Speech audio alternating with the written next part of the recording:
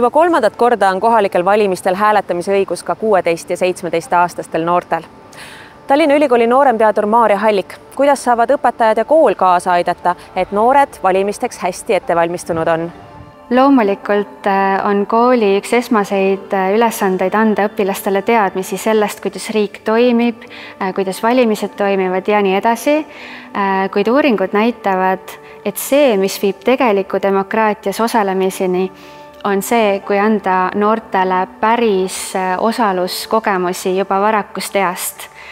See tähendab seda, et võiks korraldada näiteks külaskäike kohalikku omavalitsusse või riigiasutustesse, korraldada valimissimulatsiooni koolikeskkonnas, korraldada aruteluid turvalises keskkonnas, kooli kaasava eelarveprojekte ja muud sellist. Noored ise on öelnud, et kui nad saavad osaluskogemuse, siis nad hakkavad uskuma, et ka nemad saavad midagi mõjutada ja see on ülioluline.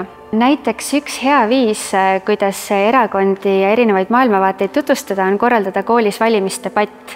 Seejuures on oluline järgida head valimistava, mis on välja töötatud Eesti Noorteühenduste Liidu ja Haridusministeeriumi poolt. Niisiis, andkem noortele võimalusi juba tegelikult osaleda varakust east alates, et nad saaksid kogemuse, et ka neist sõltub midagi. Ja teiseks, julgustagem neid avastama, mis on nende eelistused ja mis toimub neid ümbritsevas keskkonnas kohalikul ja ka riiklikul tasandil.